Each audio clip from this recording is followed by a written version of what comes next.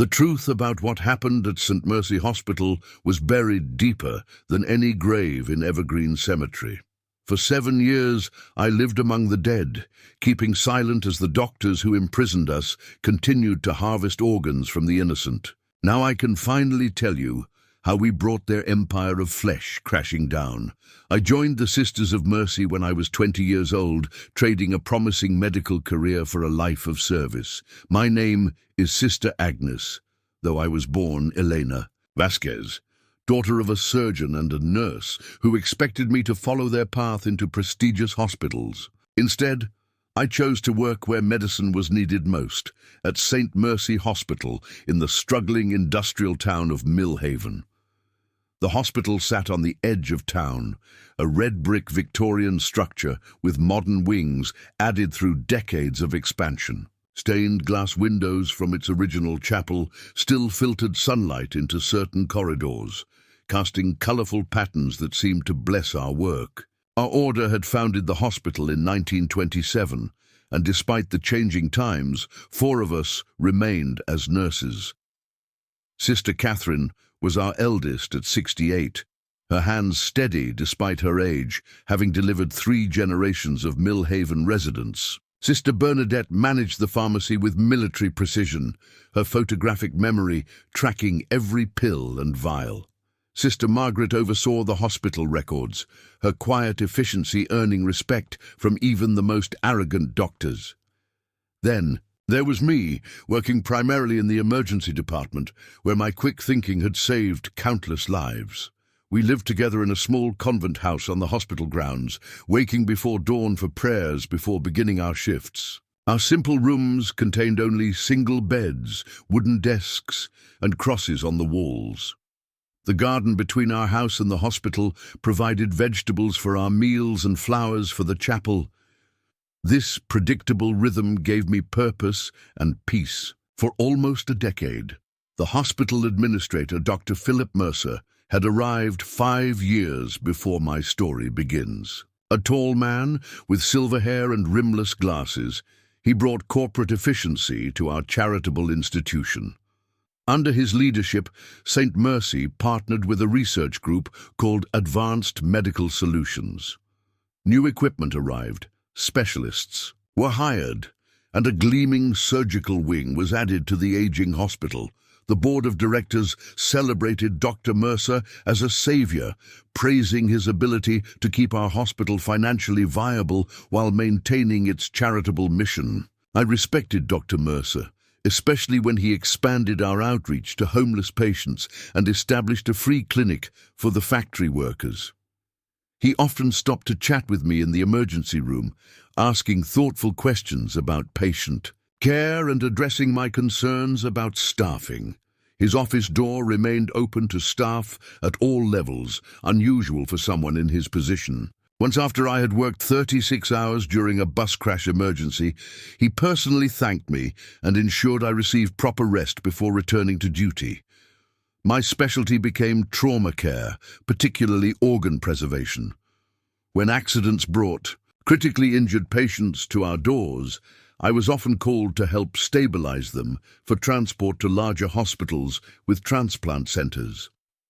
Dr. Mercer created a special response team with me as head nurse, providing advanced training in tissue preservation and life support techniques. Our team dramatically improved survival rates, and I took pride in this important work. The extra certification also came with increased pay, which I directed to our order's missionary projects. Our community respected the sisters, bringing small gifts of food and offering assistance with hospital fundraisers. I found particular joy in working with children, organizing a program where young patients painted ceiling tiles for the pediatric ward. Seeing their artwork during difficult treatments gave them something positive to focus on. This balance of medical work and compassionate ministry fulfilled me completely. I had no reason to question our hospital administration or the new research partnerships. The transition began subtly, with changes to hospital policies regarding organ donor registration. Advanced Medical Solutions installed a new computer system for tracking potential donors, requiring detailed tissue typing for all emergency patients, regardless of their condition. Dr. Mercer explained this as preparedness, allowing faster matches if organ donation became necessary. The system made sense medically, so I embraced the new protocols and trained my emergency team accordingly. St. Mercy also began receiving more transfer patients from surrounding rural hospitals, many with unusual documentation. Sister Margaret mentioned inconsistencies in their admission paperwork, but administration attributed this to compatibility issues between record systems. The new patients were primarily placed in the advanced medical wing, where visiting specialists perform procedures our regular surgeons rarely conducted. Security increased around this wing, with key card access and restricted visiting hours cited as infection control measures. My first real concern arose when I noticed certain patients disappearing from the system. A young man with severe head trauma, but healthy organs had been stabilized in my emergency room, then transferred to intensive care. 3 days later, when I checked on his condition, his records showed he had been discharged to a long-term care facility. The transfer had occurred at 2:30 in the morning, an unusual time that triggered my suspicion. When I called the facility, they had no record of receiving him. Looking back, I should have recognized these warning signs. But my faith in the hospital, in Dr. Mercer, and in the inherent goodness of our medical mission blinded me to the darkness growing within St. Mercy. I had no idea that my dedicated service was inadvertently supporting a network of corruption that trafficked in human lives. Everything I valued, everything I believed about my purpose, was about to be shattered by the truth hidden behind locked doors. The inconsistencies continued to multiply throughout the spring.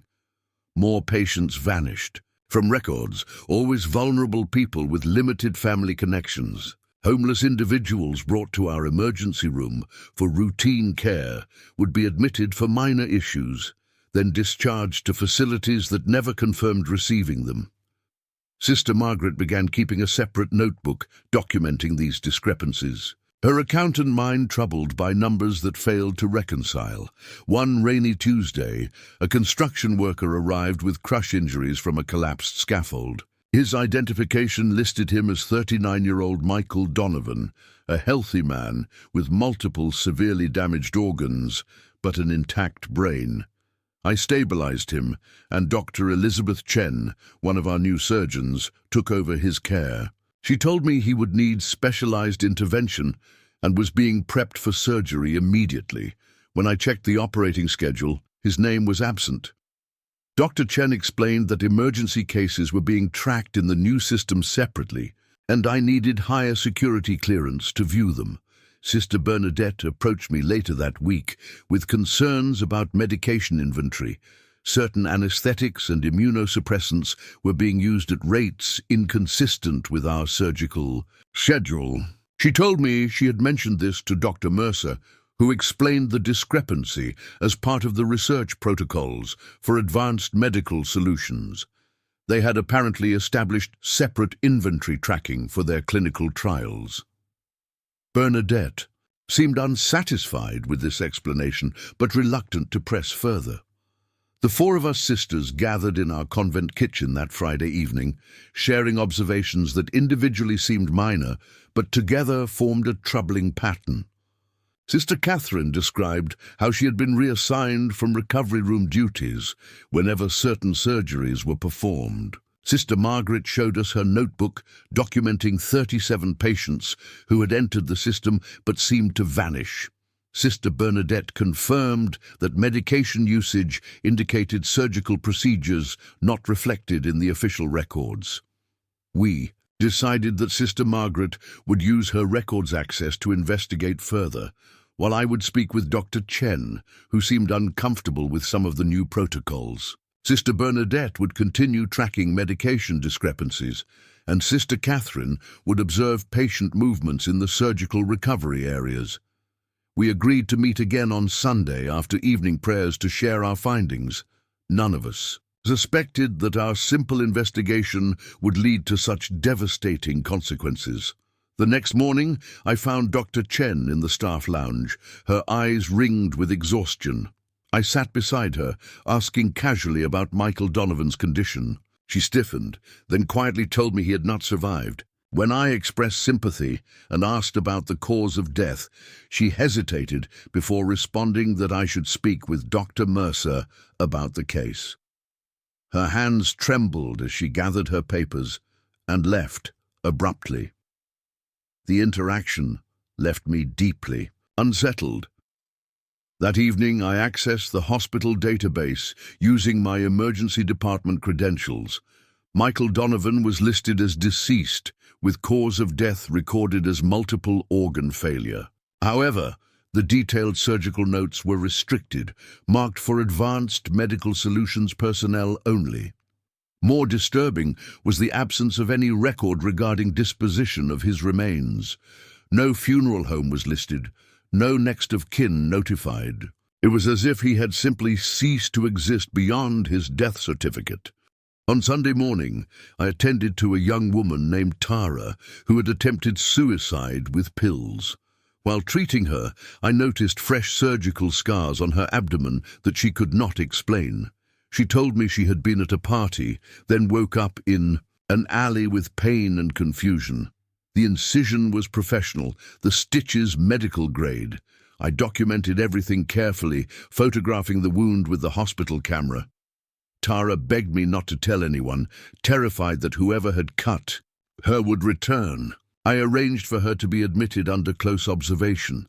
Later that day, I discovered Tara had been discharged against medical advice. The nurse who had processed her paperwork said Dr. Mercer himself had handled the case, citing patient autonomy. When I checked the security footage to see if Tara had truly left voluntarily, I discovered the cameras in that corridor had malfunctioned during the exact time of her discharge. My concern escalated to genuine alarm. Sunday evening arrived, and I returned to the convent for our planned meeting.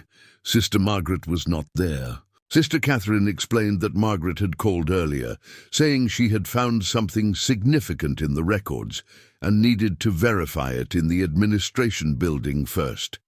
She had not returned. After waiting 30 minutes, Sister Bernadette suggested we check her office. The three of us walked through the quiet hospital corridors to the records department. The lights were on, but Sister Margaret was nowhere to be seen. Her computer showed a database of transfer patients, their original diagnoses, and a color-coded system I had never seen before. A notebook lay open beside the keyboard with a single phrase written and underlined: matched pairs for harvesting. Below that, a list of patients and what appeared to be organ designations. Sister Catherine gasped, pointing to a familiar name, Michael Donovan. Beside it were the letters K, L, H, followed by recipient codes: kidney, liver, heart. The truth crashed down upon us with sickening clarity. St. Mercy Hospital was not saving organs from those who died. They were killing vulnerable patients to harvest their organs for profit. We heard footsteps approaching and quickly gathered Margaret's notebook. Sister Bernadette took a photo of the computer screen with her phone just before we shut it down. We slipped out through the back door of the records department as voices entered from the main corridor. Dr. Mercer was speaking with someone whose voice I did not recognize, discussing inventory and shipping schedules. We hurried back to our convent, locking the door behind us. Sister Catherine called Margaret's cell phone repeatedly, each call going directly to voicemail. We spread the notebook contents across our kitchen table, horrified by the systematic documentation of what could only be described as medical murder. Patients were evaluated for organ viability, matched with paying recipients, then eliminated. Their organs were harvested, their bodies disposed of, and their records falsified. The operation was enormous, involving dozens of staff members and hundreds of victims. We were discussing whether to call the police when headlights swept across our windows, 2 hospital security vehicles, and Dr. Mercer's luxury sedan parked outside. I quickly photographed the notebook pages with my phone and sent the images to my personal email as Sister Bernadette gathered the papers. Sister Catherine suggested we hide them beneath the loose floorboard in our prayer room where we kept our most sacred items. Dr. Mercer knocked on our door, his familiar warm smile now seeming predatory. He told us that Sister Margaret had suffered a stroke while working late and had been rushed to University Hospital in the neighboring city. He had come personally to drive us there, knowing how close we all were. Something in his tone rang false, but refusing would reveal our suspicions. We had no choice but to accompany him. The security guards flanked us as we walked to the vehicles.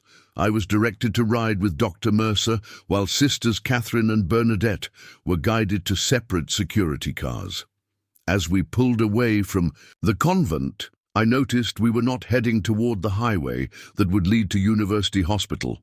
Instead, Dr. Mercer drove toward the old section of Evergreen Cemetery, where the hospital stored medical records in a converted mausoleum. I asked calmly why we were stopping at the cemetery. Dr. Mercer sighed, his friendly demeanor dropping away. He told me that it was unfortunate that we had accessed restricted information. The program was too important to be compromised by what he called our outdated moral qualms. Thousands of wealthy patients depended on their organ-matching service. The harvested patients were nobodies, he explained, homeless, addicts, loners who would not be missed. Their organs saved the lives of people who contributed to society. The security vehicles stopped beside the massive stone mausoleum. Two guards emerged, dragging Sister Bernadette from one car. The other vehicle was empty. I asked about Sister Catherine, my voice steady despite my racing heart. Dr. Mercer smiled coldly, saying the old nun had experienced a sudden health crisis of her own. She would be joining our missing Sister Margaret very soon. His calm description of murder chilled me to my core. They forced us inside the mausoleum, past the legitimate record storage area, to a hidden section in the back.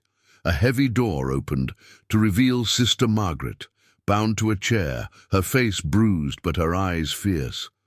Dr. Mercer explained that this would be our new home while they decided how best to utilize our organs. The hospital board would be told we had chosen to transfer to a mission in South America. No one would search for us.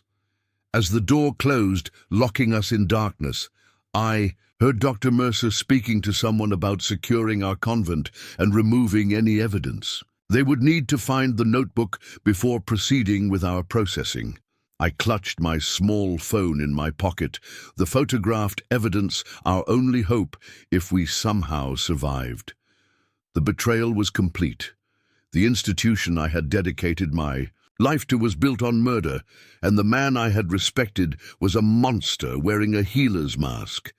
The first days in our stone prison passed in a blur of fear and disbelief. The mausoleum section they had converted held two small rooms. The outer chamber contained shelves of actual medical records, providing a legitimate reason for hospital staff to visit the building. Our prison was the sealed inner chamber, originally designed to hold caskets, but now fitted with a chemical toilet, a sink with running water, and two metal bunk beds. A single light bulb hung from the ceiling, controlled by a switch outside our room. Sister Margaret had been there for 2 days before we arrived. She described how she had discovered the organ harvesting scheme while cross-referencing patient records with surgical schedules. Dr. Chen had caught her accessing the restricted database and immediately called Dr. Mercer. They had brought her to the mausoleum while deciding her fate. She had overheard them discussing whether her age made her organs unsuitable for harvesting.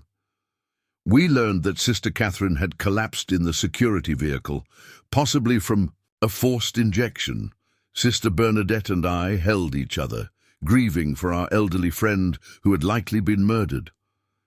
Margaret believed she had seen Catherine's name added to the harvest list before her capture. The thought of our gentle sister being cut open by the surgeons she had worked alongside for decades was almost unbearable. The guards brought food and water twice daily, opening the door just enough to slide in trays. We recognized them as hospital security staff who had always greeted us respectfully in the corridors. Now they avoided our eyes, treating us as objects rather than women they had known for years. Their complicity in the horror expanded the circle of betrayal, leaving us wondering how deep the corruption reached. Sister Margaret developed a fever on our 4th day of captivity. The wound on her head from her initial capture had become infected, and without antibiotics, her condition deteriorated rapidly. We tore strips from our habits to create cool compresses, taking turns bathing her forehead through the night. I prayed with an intensity I had never known, begging God not to take another sister from us. On the 6th morning, Margaret whispered her final words to us, making us promise to expose the truth if we survived. She died in our arms as sunlight filtered through the tiny window near the ceiling. Sister Bernadette and I washed her body with water from our sink, arranging her hands peacefully across her chest. When the guard came with our food, I told him Sister Margaret had died. He looked startled, then left without taking her body. Hours later, Dr. Mercer himself arrived with 2 orderlies. He examined Margaret clinically, confirming her death without a trace of remorse. He told the men to take her for processing, certain organs still being viable despite the infection. Hearing them discuss my friend as nothing more than parts to be salvaged broke something fundamental inside me. Grief crystallized into rage so profound it transformed my very understanding of justice. Sister Bernadette fell into deep depression. After Margaret was taken, she barely ate, spending hours in silent prayer or staring at the stone walls. I tried to engage her, to keep her spirit fighting, but she was retreating to a place I could not follow. 10 days into our imprisonment, she told me she had forgiven our captors and was prepared for whatever came next.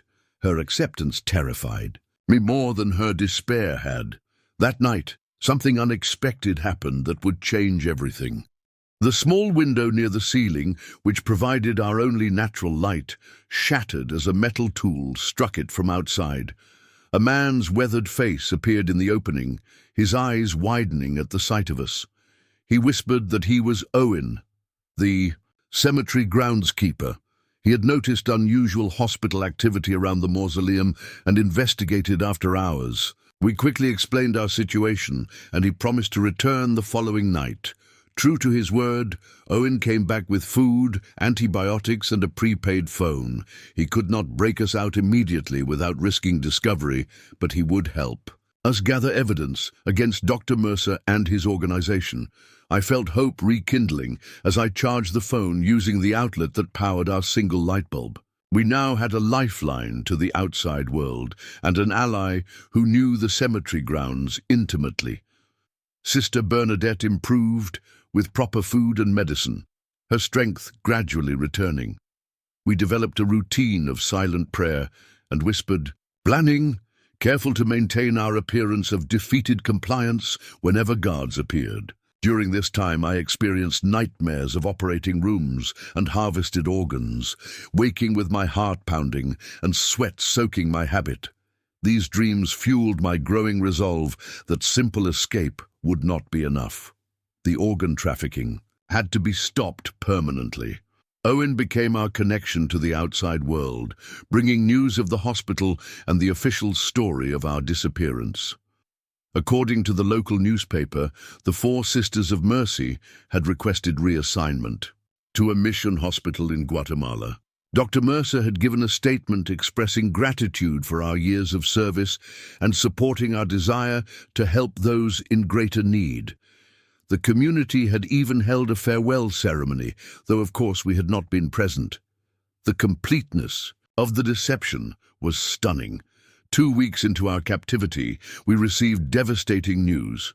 Owen reported that Tara, the young woman with the unexplained surgical scar I had treated, had been found dead of an apparent drug overdose.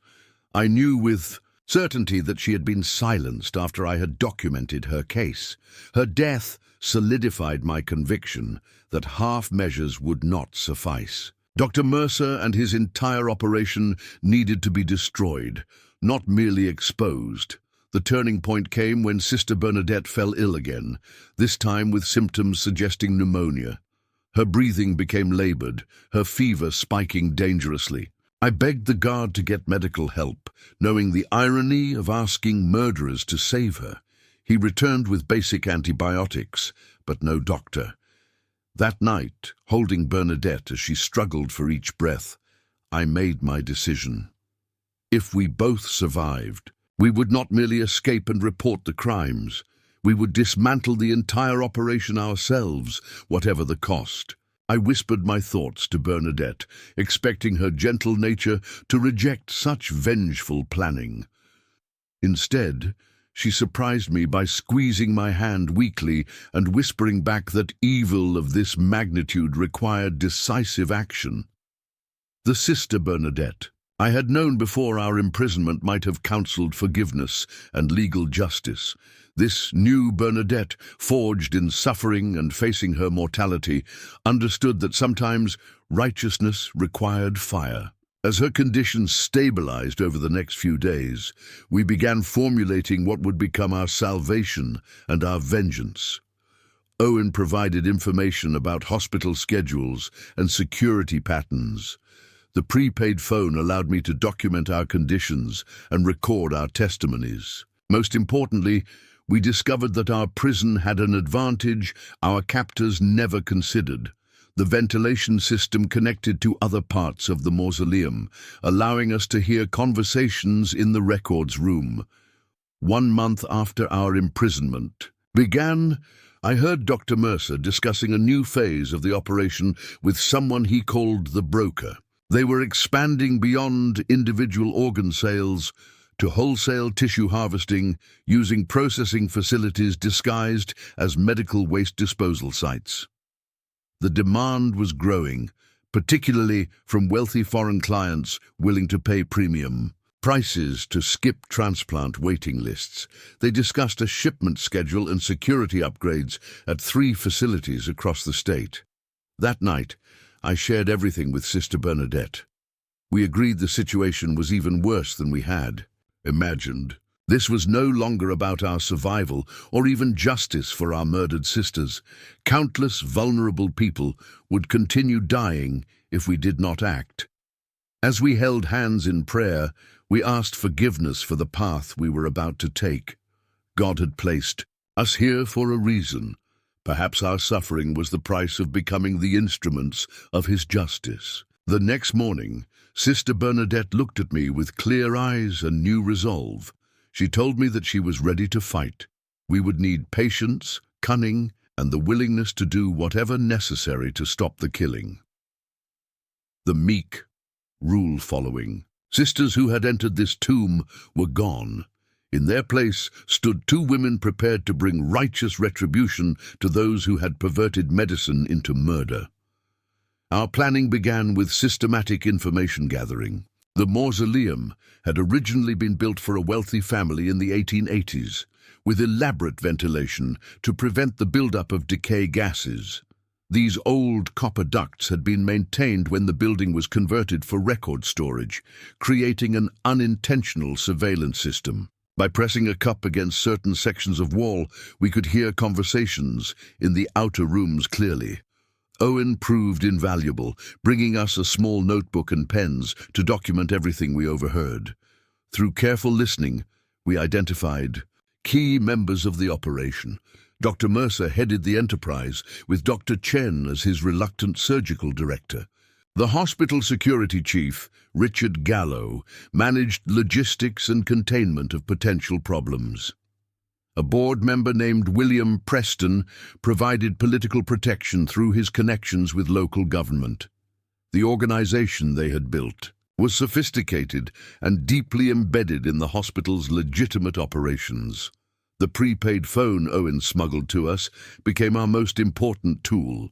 We could not risk making calls that might be traced, but its camera allowed us to document our conditions and record video testimonies detailing everything we had learned. I also used it to photograph the mausoleum layout and the guard rotation schedules I compiled through observation.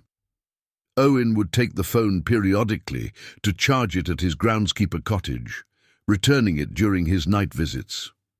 Sister Bernadette focused on creating a comprehensive record of the operation based on conversations we overheard and patterns we observed in guard movements and supply deliveries. She had always possessed a methodical mind, and now she applied it to mapping the criminal enterprise. Her detailed notes revealed that organ harvesting occurred primarily on Tuesday and Friday nights, when hospital staffing was lowest and the most trusted team members were on duty. 3 months into our captivity, a crucial opportunity presented itself. A new guard was assigned to our feeding schedule, a young man named Marcus, who seemed uncomfortable with his role. He avoided looking at us directly and flinched when Sister Bernadette thanked him for the food. I recognized his vulnerability and began speaking to him gently each time he appeared, asking about his family and expressing concern for his well-being. Initially, he remained silent, but gradually he began responding with brief answers. I learned that Marcus had taken the security job to pay for his mother's cancer treatments. He had not known about the organ trafficking when hired, discovering the truth only after being assigned to our imprisonment. By then he was compromised, having unknowingly transported victims to the surgical wing. Dr. Mercer kept him compliant through a combination of good pay and implicit threats. The young man carried tremendous guilt, but saw no way out. Sister Bernadette suggested we offer Marcus redemption. The next time he brought food, I told him we forgave him and believed he could make amends by helping us expose the operation. His eyes filled with tears as I explained that he could save countless lives, including future victims like his mother. I asked only for information initially, nothing that would implicate him directly. After several days of consideration, Marcus agreed to help. The information Marcus provided expanded our understanding significantly. He confirmed that the operation extended beyond St. Mercy to 2 other hospitals in the region. Vulnerable patients were identified, evaluated for organ viability, then scheduled for harvest based on recipient needs. The recipients were wealthy individuals from around the world, willing to pay hundreds of thousands of dollars to skip transplant waiting lists. The organs were transported through a medical supply company owned by board member Preston. Marcus also revealed something we had not known. Some patients were kept alive in a secure facility for repeated tissue harvesting. These were primarily young, healthy individuals with rare tissue types or compatible blood characteristics. They were maintained in medically induced comas, their bodies used as living organ farms. This revelation horrified us beyond anything we had yet discovered. The depravity seemed limitless. 6 months into our imprisonment, Owen brought news that transformed our planning. The hospital was constructing a new wing, requiring expansion of the cemetery access road. The mausoleum would be accessible to construction crews for several weeks, creating both opportunity and risk for us. Increased traffic meant more chances for escape, but also greater likelihood of our discovery. We needed to accelerate our timeline. Marcus agreed to bring us hospital scrubs and ID badges, allowing us to disguise ourselves as staff if we managed to escape. Sister Bernadette created a small map of the cemetery and hospital grounds based on Owen's descriptions, marking security camera locations and patrol patterns. We memorized routes and timing, preparing for the moment when opportunity would meet preparation. The most difficult aspect of our planning involved what would happen after our escape. Simply contacting authorities seemed insufficient, given the political connections protecting the operation. We had learned that previous attempts to expose the scheme had been systematically suppressed, whistleblowers discredited or eliminated. We needed irrefutable evidence and a strategy to disseminate it widely before those involved could contain the damage. Owen suggested we contact a journalist he trusted, a woman named Diana Kramer, who had investigated hospital fraud in the past. He arranged for her to visit the cemetery under the pretense of researching historical grave markers, allowing us to pass her a sealed note through a gap in the mausoleum wall. The note contained just enough information to intrigue her without exposing our full situation, requesting a secure meeting in the coming weeks. Our revenge plan crystallized around 3 key objectives. First, gathering comprehensive evidence to ensure convictions. Second, ensuring this evidence reached multiple authorities simultaneously, preventing cover-ups. Third, imposing direct consequences on those most responsible, particularly Dr. Mercer.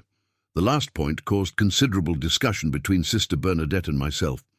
She advocated for purely legal justice, while I believed more direct intervention might be necessary. By our 8th month of captivity, we had developed a detailed plan leveraging the upcoming construction period. Marcus would provide hospital credentials and basic supplies. Owen would create a diversion by reporting trespassers in the eastern section of the cemetery.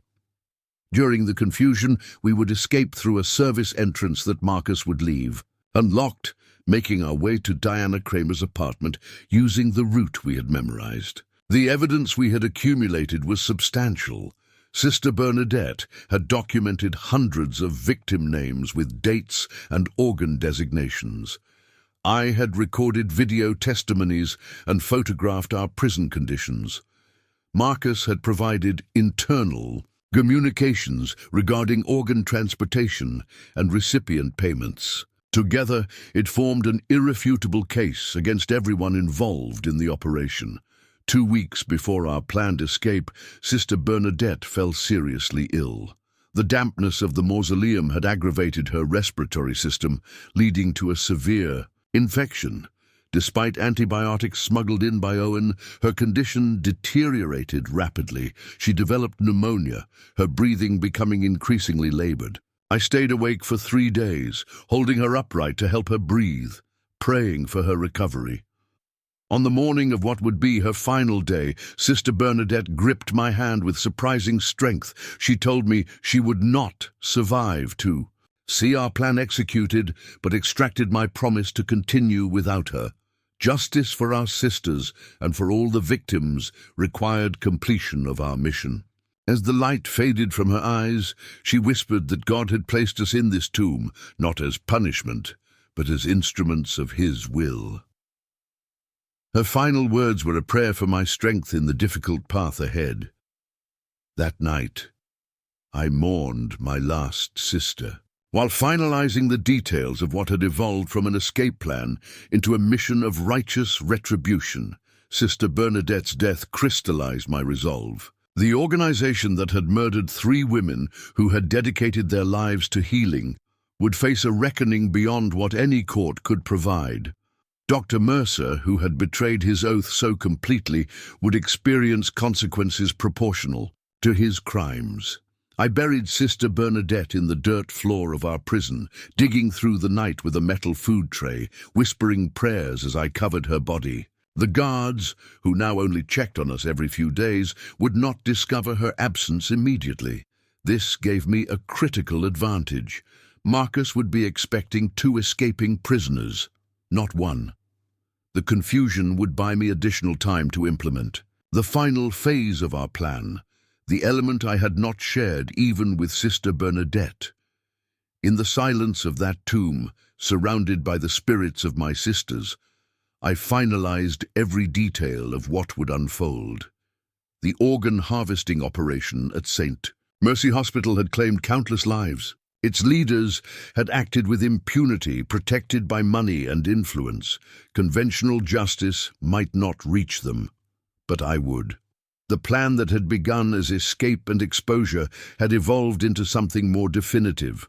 The medical mafia had created a monster in their mausoleum, and I was coming for them all. The opportunity came sooner than expected. 3 days after burying Sister Bernadette, I heard workers outside discussing the installation of new power lines near the mausoleum. According to their conversation, the entire cemetery would lose power the following night, for approximately 6 hours. This unexpected development provided the perfect cover for my escape. I sent word to Marcus through Owen, accelerating our timeline. The next evening, as darkness fell, the cemetery lights flickered and died according to schedule. My guard delivered dinner early, explaining that he would not return until morning due to the power outage. I thanked him calmly, giving no indication that this would be our final interaction. Once alone, I changed into the hospital scrubs Marcus had provided, pinning the stolen ID badge to my chest. The name read, Elizabeth Chen, Dr. Mercer's reluctant surgical director. The irony was not lost on me. Owen arrived at our small window, precisely at 10, using the construction equipment left nearby to reach the opening. He passed me a small backpack containing essential supplies, a flashlight, a burner phone different from the one we had been using, $2,000 in cash, and a thumb drive containing copies of all our evidence. Most importantly, the backpack held a vial of midazolam, a powerful sedative that Marcus had stolen from the hospital pharmacy. Its purpose represented the line I had decided to cross. Squeezing through the window required painful contortions, the rough stone edges tearing my skin. After 9 months in captivity, my body had weakened, despite the exercises I performed daily. Owen helped pull me through, my ribs scraping against the frame as I emerged into the cool night air. The sensation of wind on my face nearly overwhelmed me after so long in our stone prison. For a moment, I simply stood breathing, stars spinning, overhead in a dizzying display of freedom. Owen led me through the darkened cemetery, navigating by memory among the headstones. We moved silently past the groundskeeper cottage to the service road where Marcus waited in a hospital maintenance van. The young security guard looked terrified but determined, gripping the steering wheel with white knuckles as we approached. He startled visibly when Owen tapped the window, then quickly unlocked the doors. Marcus questioned Sister Bernadette's absence. I explained her death calmly, watching his face crumple with guilt. He had grown to care for us through his daily visits, and the news hit him hard. I assured him her passing was peaceful and that she would want us to continue with our plan. His resolve seemed to strengthen at this, perhaps seeing our mission as a way to atone for his complicity.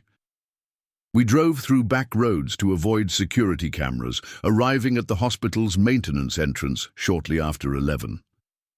Marcus used his access card to open the service doors, guiding me through rarely used corridors to minimize encounters with staff. The hospital operated with reduced personnel during night shifts, but we still needed to move cautiously. I pulled a surgical mask over my face, completing my disguise as we entered more populated areas. My first objective was the administration wing.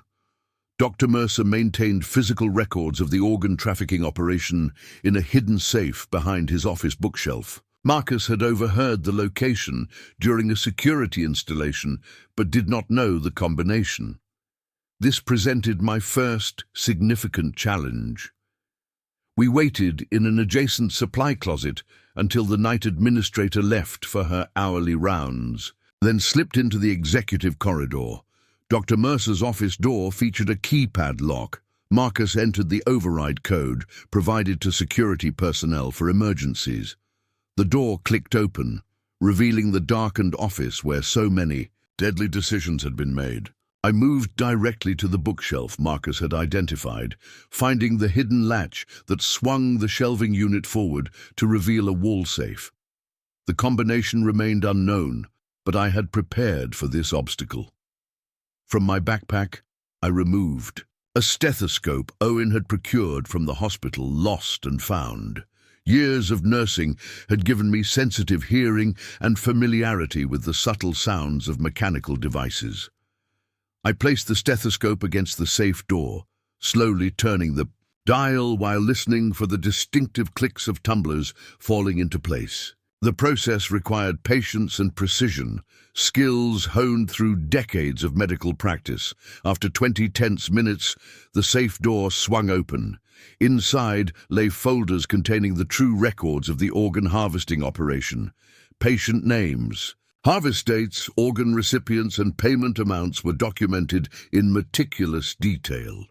Dr. Mercer's arrogance had created a perfect evidence trail, his belief in his own untouchability leading him to maintain records that would destroy him. I photographed every page with the phone Owen had provided, then replaced everything exactly as I had found it. Discovery of my escape would trigger document destruction, making these photographs crucial. Our next destination was the hospital server room. The electronic records of the trafficking operation were segregated on a secure server, accessible only to those directly involved. Marcus could get us inside, but navigating the system required technical skills neither of us possessed.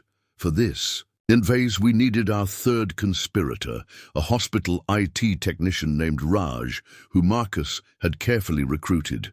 Raj had lost his brother to what he now suspected was the organ operation and had agreed to help without knowing our full circumstances. Raj waited in the dimly lit server room, nervously checking his watch as we entered. His eyes widened at my appearance, recognition dawning despite my changed condition. He had known Sister Agnes, the nurse, not the gaunt, hardened woman who stood before him. I explained our situation concisely, emphasizing the hundreds of lives at stake. His initial shock gave way to determination as I outlined what we needed. Working swiftly, Raj accessed the restricted server containing the Advanced Medical Solutions database. He copied all files related to patient transfers, surgical procedures, and financial transactions to an external drive. Most importantly, he located the video archives from operating rooms where the harvesting occurred. Dr. Mercer had recorded the procedures, likely as protection against surgeon non-compliance. These recordings would prove irrefutable evidence of murder. While Raj worked, Marcus monitored security movements through the hospital camera system, temporarily accessed on a separate screen. He suddenly tensed, pointing to a figure entering the main lobby. Dr. Mercer had arrived unexpectedly, despite the late hour. This development threatened our entire operation. If he discovered the security breach or my escape, evidence would disappear immediately. We needed to adapt our plan quickly. I made a rapid decision, instructing Raj to complete the downloads while Marcus and I created a diversion. We would lead Dr. Mercer away from the administrative and server areas, buying crucial time for Raj to finish extracting the evidence. Marcus looked terrified but agreed, understanding the stakes. We hurried to intercept Dr. Mercer before he could reach the executive wing. We located him near the pharmacy, speaking intently on his phone. I positioned myself at the end of the corridor, deliberately visible for a brief moment before disappearing around a corner. When I glanced back, Dr. Mercer was standing frozen, phone still at his ear, staring in the direction where a ghost from his past had appeared. He ended his call abruptly and began moving toward my position exactly as I had intended. I led him through a careful maze of corridors, remaining just visible enough to draw him forward while avoiding areas with other personnel. Marcus circled around through service passages, providing updates on Raj's progress through text messages. The download was taking longer than anticipated, requiring additional minutes of distraction. I needed to do more than simply lead Dr. Mercer on a chase. Making a calculated decision, I allowed him to glimpse me clearly at the entrance to the old chapel, now used primarily for storage. He called out my name, his voice echoing in the empty corridor. I entered the chapel and positioned myself beside the altar, waiting calmly as his footsteps approached. When he entered, his composure faltered visibly. The woman he had imprisoned and left for dead stood before him, wearing his surgical director's identity badge, appearing more spectre than human. Dr. Mercer recovered quickly, his surprise giving way to calculating assessment.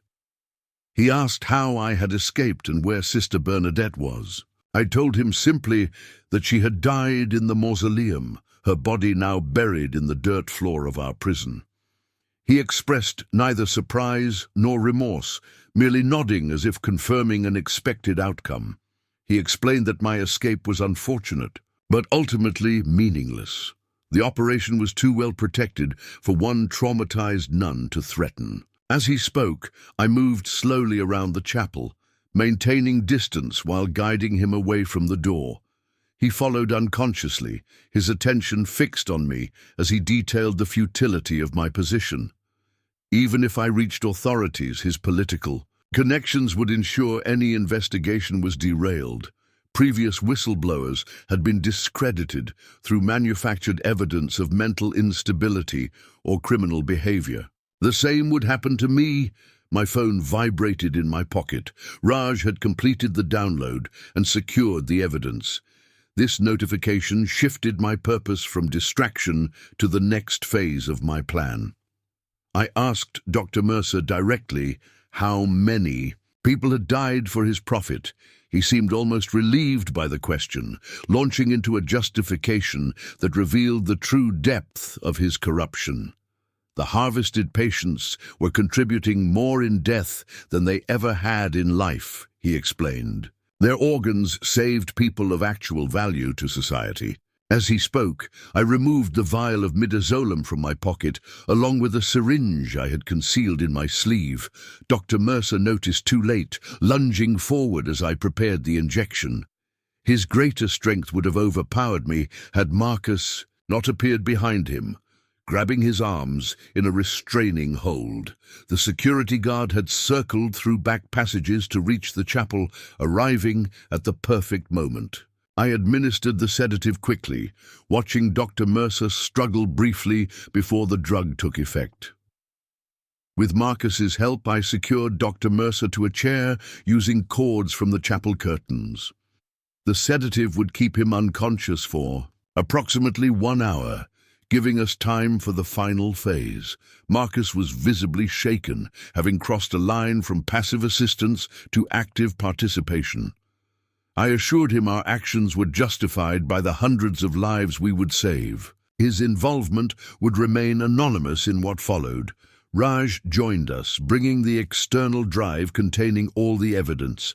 He had also taken the precaution of creating a backup stored on an encrypted cloud server, accessible through credentials. Known only to him, this redundancy ensured the evidence would survive even if we were captured. The three of us moved quickly to implement the last stage of our plan, each understanding their role in what would unfold over the coming hours.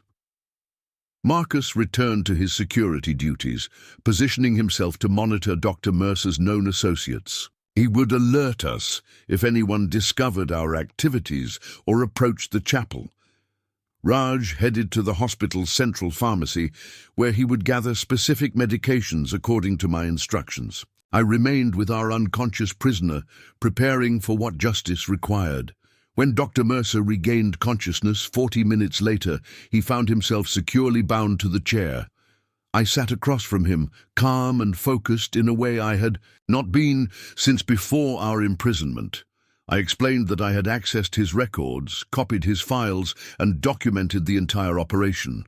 Multiple packages of evidence were already en route to the FBI, the State Medical Board, and select journalists. His political connections might delay justice, but they could not prevent it entirely. His confident demeanor cracked slightly as I detailed the evidence against him. I described specific patients, dates, and recipients that only someone with access to his records would know. I mentioned board member Preston by name and outlined the transportation network for the harvested organs. With each detail, his expression shifted from dismissive to concerned to genuinely alarmed. When Raj returned with the requested medications, Dr. Mercer began to understand his situation more fully. I prepared an IV line with practiced efficiency, my nursing skills undiminished by months of captivity. As I inserted the needle into his arm, I explained that he would experience what his victims had felt. The first injection would paralyze him temporarily while leaving him fully conscious. The second would simulate the surgical pain his harvested patients experienced if they regained consciousness during procedures. Fear replaced arrogance in his eyes as the paralytic took effect. I administered a carefully calculated dose of medication that would cause intense pain without permanent damage. As it entered his system, I recited the names of everyone we knew had died under his program, beginning with Sisters Catherine, Margaret, and Bernadette. I described each victim in detail, forcing him to confront the humanity of those he had treated as mere collections of valuable organs. The justice I delivered was not lethal, but instructive. When the pain medication had run its course, I administered a final injection that would cloud his memory of the specific events while leaving the emotional impact intact. He would remember the fear, the pain, and the reckoning, but not details that could implicate us in his temporary captivity. This chemical mercy was more than he deserved, but necessary for our continued work. While Dr. Mercer remained sedated, Marcus helped me move him to his car in the hospital parking garage. We positioned him in the driver's seat, arranging the scene to suggest he had injected himself with medications stolen from the hospital. Substance abuse among physicians was common enough to make this scenario plausible. When discovered, his impaired state would trigger drug testing, adding another layer of complication to his inevitable legal troubles. By 4:30 in the morning, all evidence packages had been delivered to their destinations through prepaid courier services. Raj had finished erasing any digital traces of our activities from the hospital systems. Marcus had returned to his regular security rounds, his involvement undetected. I left the hospital grounds through the same maintenance entrance we had used hours earlier, walking calmly toward the address Diana Kramer had provided. The journalist was waiting in her apartment, bleary-eyed but alert as I knocked on her door. At 5:15, recognition dawned on her face as I removed the surgical mask and introduced myself as Sister Agnes, one of the missing nuns from St. Mercy Hospital. For the next 3 hours, I provided her with my complete testimony, including photographs, videos, and documents detailing the entire organ harvesting operation.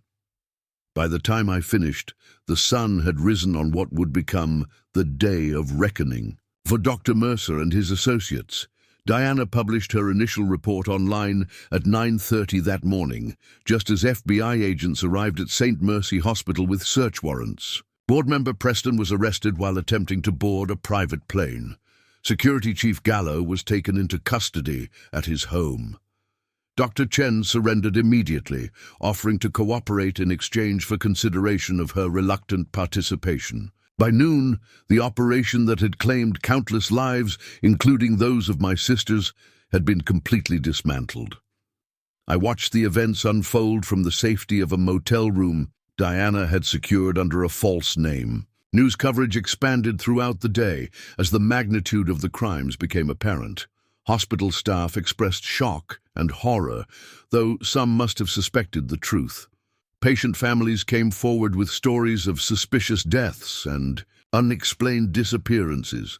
The case grew beyond anyone's ability to suppress or control.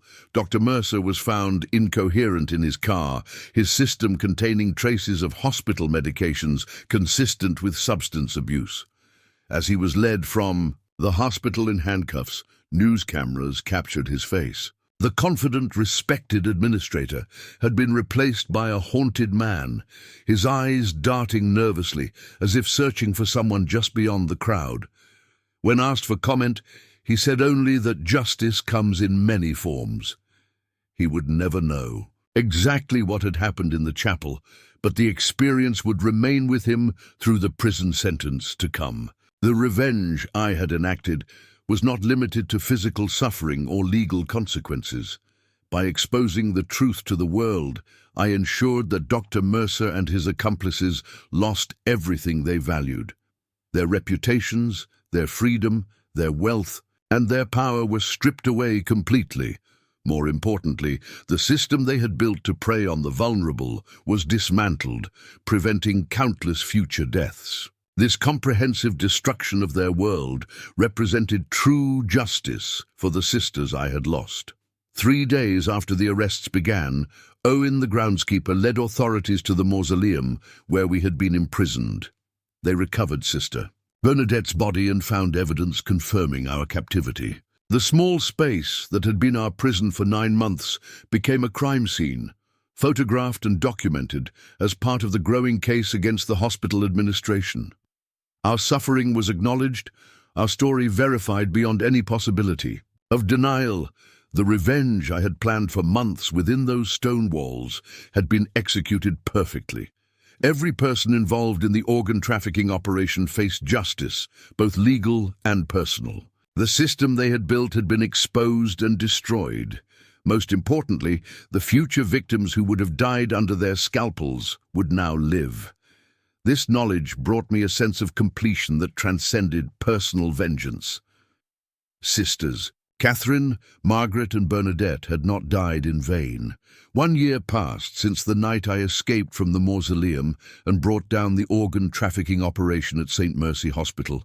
The criminal case expanded beyond anything initially imagined, ultimately involving 17 doctors, 34 staff members, and 6 hospital administrators across 3 states. Federal prosecutors identified over 200 victims who had been harvested for their organs, though the true number will never be known. Dr. Mercer and his core team received multiple life sentences without possibility of parole.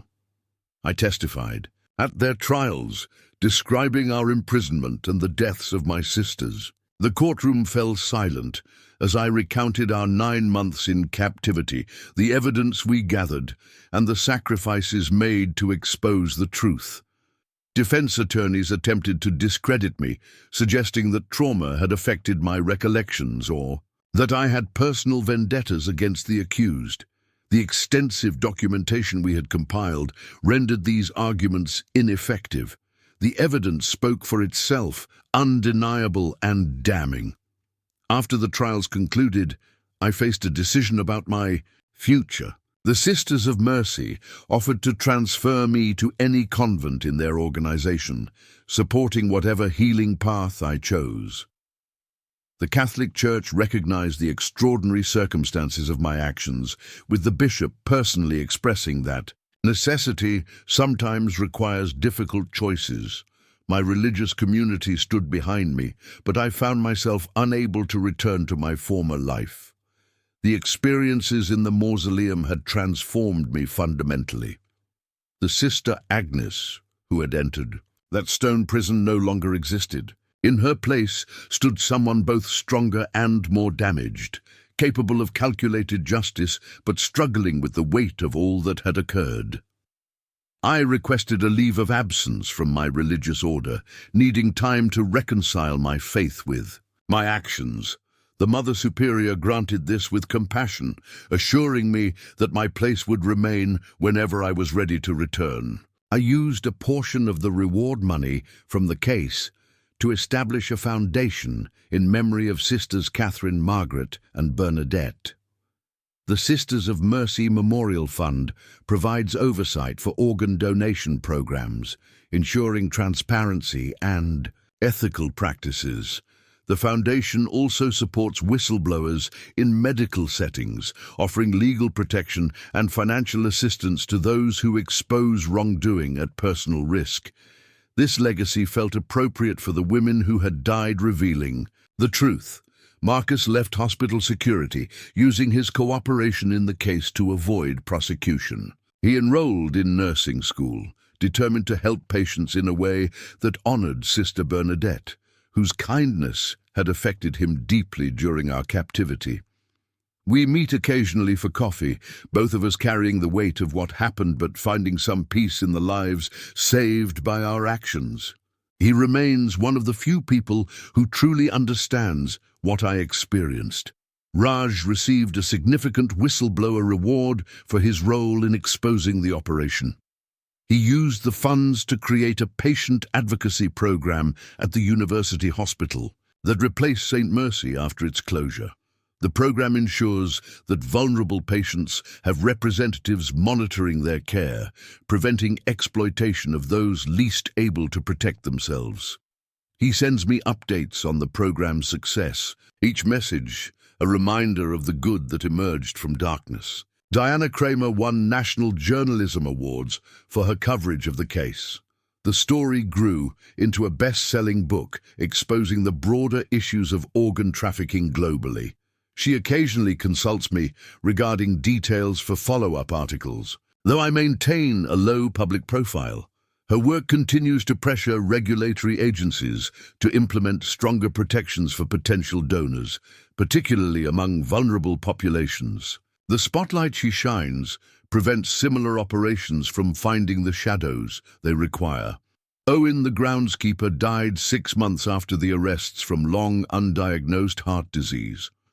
I attended his funeral, standing at the back of a small chapel filled with cemetery workers and a few hospital staff who had known him. His simple wooden casket was lowered into the ground near the mausoleum where he had discovered us. The man who saved countless lives, buried with little recognition beyond my silent gratitude.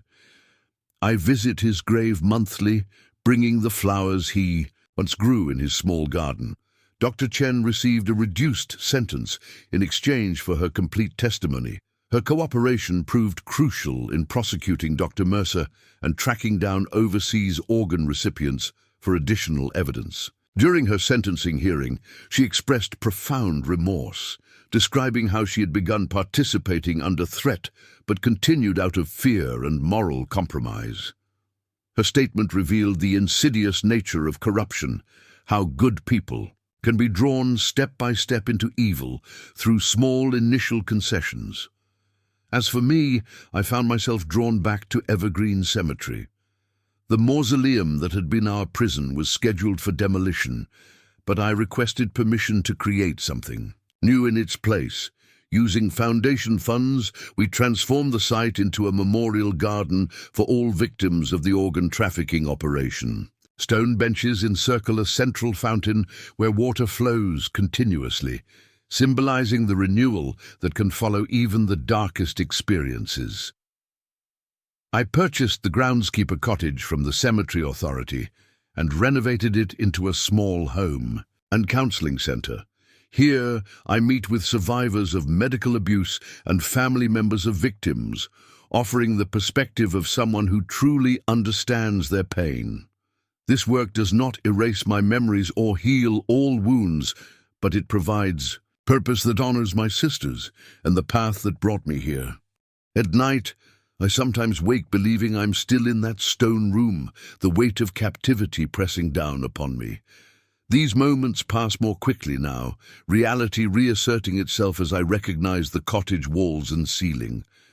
The nightmares have diminished over time, replaced by dreams where sisters Catherine, Margaret, and Bernadette walk with me through the memorial garden, their faces peaceful in the sunlight. I have not returned to the hospital setting as a nurse. The medical knowledge that once defined my life now serves a different purpose, helping me educate patients about their rights and identify warning signs of exploitation. The skills I developed during those 9 months of imprisonment, the careful observation and strategic thinking have been redirected toward prevention rather than revenge. This transformation represents my personal journey from victim to survivor to advocate. The question I am asked most frequently is whether I regret any of my actions during those desperate days. The answer remains complex. I regret the necessity of the choices I made, but not the choices themselves. When systems of justice fail, when evil operates beyond the reach of law, extraordinary measures become necessary. Sisters Catherine, Margaret, and Bernadette deserved nothing less than the complete dismantling of the organization that murdered them. The future victims who would have died deserved our intervention. Dr. Mercer occasionally sends letters from prison, seeking forgiveness or understanding. I read them all but rarely respond. His journey toward redemption is his own to make, separate from my obligation to absolve him. In my last reply, I told him simply that true atonement would come through accepting responsibility completely, without the self-justification that had enabled his crimes. Whether he finds peace is between him and God, not him and me. The medical community implemented significant reforms following the case. Organ procurement is now subject to multiple layers of oversight, with mandatory waiting periods and independent verification of donor consent. Hospital security systems include patient tracking that prevents unauthorized movement or procedures. These changes represent tangible improvements in a system that allowed predators to operate unchecked for years. I still wear my cross, though, not my habit. My faith survived the mausoleum, transformed but unbroken. I believe that God places us where we are needed, sometimes in circumstances that test not only our endurance, but our understanding of righteousness. The Sisters of Mercy. Memorial Garden includes a small chapel where I pray daily, seeking guidance for the work that remains and peace for the memories that persist. The story of what happened at St. Mercy Hospital will eventually fade from public consciousness, replaced by newer scandals and concerns. But for those of us who lived through it, the impact remains eternal. 4 nursing nuns discovered an evil that others ignored or facilitated. 3 died, bringing the truth to light. 1 survived to ensure justice was served completely. Their legacy lives in every patient now protected by improved oversight, every whistleblower supported by our foundation, and every family spared the loss of a loved one to medical predators. I sometimes stand at the center of the memorial garden, as evening falls, watching shadows lengthen across the grounds where I was once imprisoned.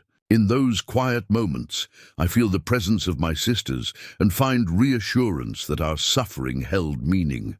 The mausoleum that was meant to be our tomb instead became the catalyst for salvation, not just our own, but for countless others. From the darkest confinement emerged the light of truth, proving that even in our most vulnerable moments, justice finds a way.